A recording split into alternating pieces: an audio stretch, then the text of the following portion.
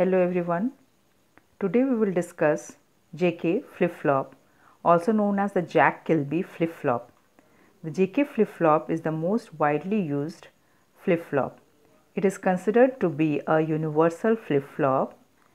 The functioning of the JK flip-flop is identical to that of the RS flip-flop in the reset, set and the no change conditions of operation. The only difference is that the JK flip-flop has no invalid state as does the RS flip-flop. Therefore, the JK flip-flop is a very versatile device which finds wide applications in digital devices such as counters, registers, arithmetic logic units and other digital systems. जो JK flip-flop है ये operate करता है just like RS flip-flop in the reset, set and the no change conditions of operation. सिर्फ difference इसमें ये है कि जो R और S के केस में जो इनवैलिड स्टेट होता है जब दोनों इनपुट R और S का वैल्यू 1 होता है वो JK flip-flop में नहीं होता है और इस रीज़न के कारण JK flip-flop जो है वो बहुत वाइडली यूज़ होता है बहुत सारे डिजिटल डिवाइसेस में. The basic symbol and the circuit diagram of the trailing edge triggered JK flip-flop is shown in the figure A, B and C. जो ट्रिगरिंग हम लोग करते हैं वो दो तरह का होता है. एक होता है पॉजिटिव एज ट्रिगरिंग और एक होता है नेगेटिव एज ट्रिगरिंग. तो यहाँ पर हम लोग जो JK flip-flop लिए हैं वो है trailing edge triggered JK flip-flop या negative edge triggered JK flip-flop. इसका मतलब ये हुआ कि जब हम लोग क्लॉक पल्स देंगे तो जब क्लॉक का नेगेटिव एज आएगा उसी समय ये फ्लिप फ्लॉप वर्क करेगा, इसलिए इसका नाम है नेगेटिव एज ट्रिगर और trailing edge trigger JK flip flop.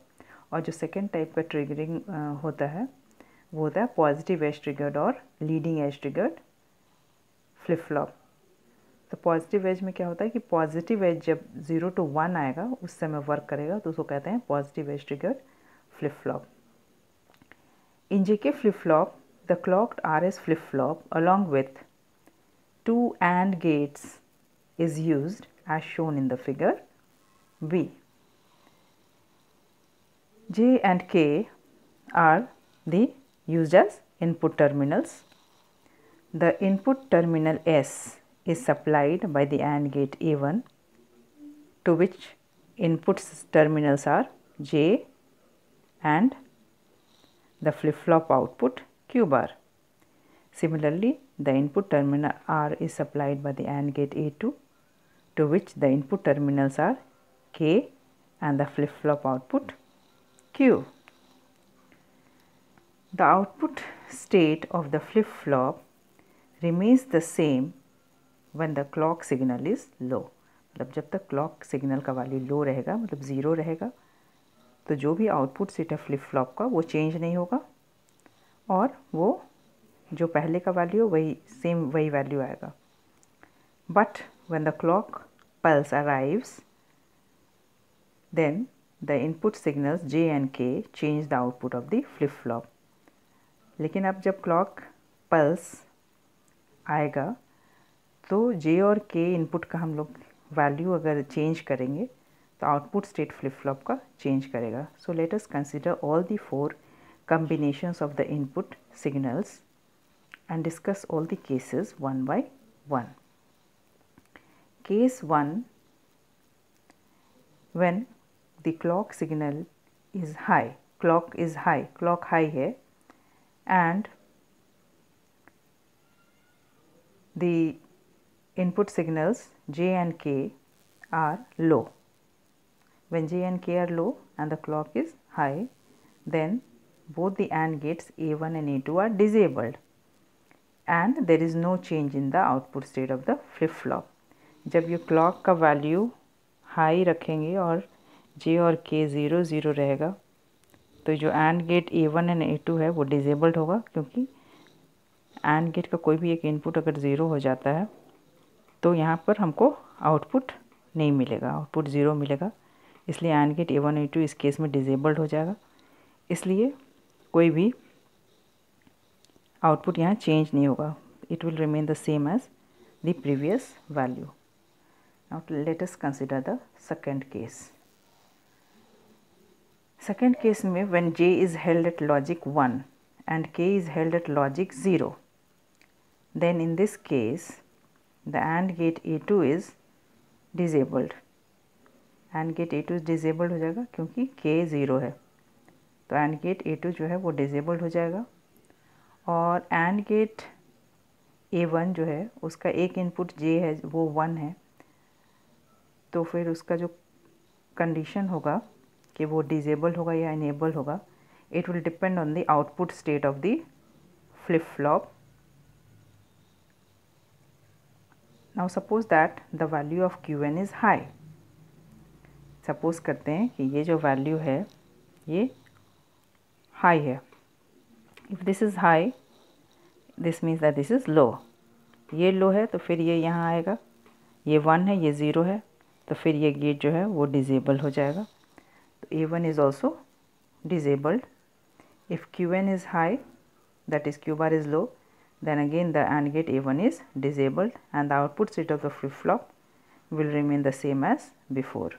मतलब Q को हम लोग हाई रखे थे तो अभी ये हाई ही रहेगा। अब हम लोग सपोज करते हैं that Q1 is low.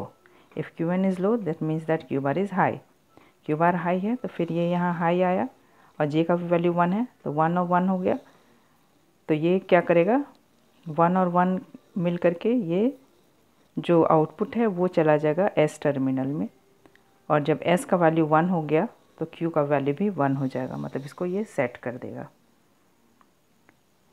तो ये कंडीशन है कि if Qn is low that is Q bar is high, then the AND gate A is enabled and the high logic signal goes to the S terminal, which changes the output state Qn plus 1 of the flip flop from low to high। तो इस तरह से हम लोग देखते हैं कि high signal at J and low signal at K input terminals sets the flip flop irrespective of the output state of the flip flop before the arrival of the clock pulse। मतलब जब भी हम लोग J का value 1 देंगे और K का value 0 देंगे और क्लॉक का वैल्यू हाई रहेगा, इस केस में हमेशा जो फ्लिप फ्लॉप है उसको ये कंडीशन फ्लिप फ्लॉप को सेट कर देगा। जैसे ही क्लॉक पल्स अराइव करेगा तो flip flop will get set. Now let us see the third case, that is when the input J is held at logic 0 and the input K is held at logic 1. In this case we find that the AND gate A1 disabled हो जाएगा क्योंकि J का value 0 है, and the condition of the AND gate A2 will depend on the output state Qn of the flip flop. अभी अगर Qn is low then the AND gate A2 is also disabled क्योंकि दोनों input इसका 0 हो जाएगा, तो A2 भी disabled हो जाएगा and the output state of the flip flop remains the same as before. Now suppose that Qn is high. If Qn is high then the AND gate A2 is enabled because both the inputs of AND gate is high, so A2 is enabled and the high logic signal goes to the R terminal, which changes the output state Qn plus 1 of the flip flop from high to low. So in this case we find that a low signal at J and a high signal at K input terminals will reset the flip flop irrespective of the output state of the flip flop before the arrival of the clock pulse। मतलब कि जब भी हम लोग J का value 0 रखेंगे और K का वैल्यू 1 रखेंगे तो इस केस में हमेशा जो फ्लिप फ्लॉप है उसको ये रीसेट कर देगा। अब लास्ट जो कंडीशन है वो है when both the J and K inputs are held at logic 1. In this case we find that दोनों गेट का एक एक इनपुट 1 है. So the condition of both the AND gates will depend on the output state of the flip-flop before the arrival of the clock pulse. अब मान लेते हैं कि अगर Q1 हाई है, then it makes the AND gate A2 enabled.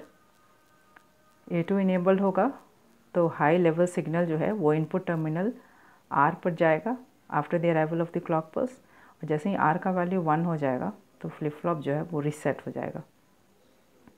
Second case है कि अगर Qn का वैल्यू लो है तो Q बार इज़ हाई, और इस केस में जो AND गेट A1 है it will get enabled, so it will send a high level signal to the input terminal S, और S का वैल्यू अगर 1 हो जाएगा after the arrival of the clock pulse, then the flip flop will get set.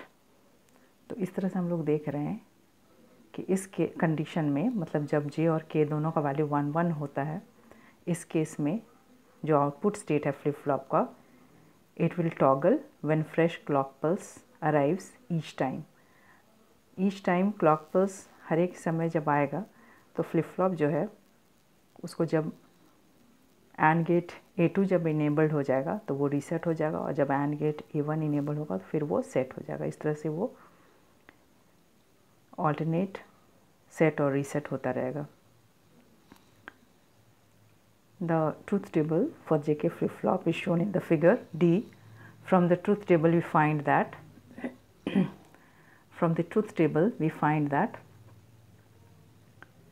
if the value of the clock is high and the value of J is 0 and K is kept 0, then there will be no change in the output, that is, the output will remain the same as before. If the value of J is 1, the value of K is 0 and the value of clock is high, then this condition will set the flip-flop, that is, the value of the output Q will be 1. Similarly, if the value of J is at low logic level and the value of K is at high logic level and the value of clock is high, then this condition will reset the flip-flop, that is, the value of Q will be equal to 0. The fourth condition is that if both J and K are kept at high logic level, then the flip-flop will toggle, that is, it will give output will be Qn bar. This figure shows the positive edge triggering and negative edge triggering. ये clock pulse है, this is also clock pulse. ये 0 है और ये 1 है. This is 0 level, this is 1 level. तो अगर कोई फ्लिप फ्लॉप जब क्लॉक पल्स 0 से हाई स्टेट पर जाता है, इस समय अगर ट्रिगरिंग होता है तो इसको कहते हैं पॉजिटिव एज ट्रिगरिंग, और जब flip flop high to low जाने पर ट्रिगर होता है तो उसको कहते हैं negative edge triggering. This is how a edge triggered JK flip flop works. तो यहाँ पर हम लोग जो ये डिस्कस किए हैं, it is for negative edge triggered flip flop. Negative edge को हम ट्रिगर्ड को हम लोग इस तरह से दिखाते हैं, क्लॉक को इस तरह से ट्रायंगल फॉर्म में दिखाते हैं, और नेगेटिव एज के लिए यहाँ एक बबल बना देते हैं. पॉजिटिव एज में ये बबल नहीं रहेगा, नेगेटिव एज ट्रिगर्ड में ये बबल रहता है. और पॉजिटिव एज ट्रिगर्ड अगर रहेगा तो उसको हम लोग लीडिंग एज ट्रिगर्ड भी कहते हैं. उसी तरह से नेगेटिव एज ट्रिगर्ड को trailing edge triggered flip flop भी कहते हैं.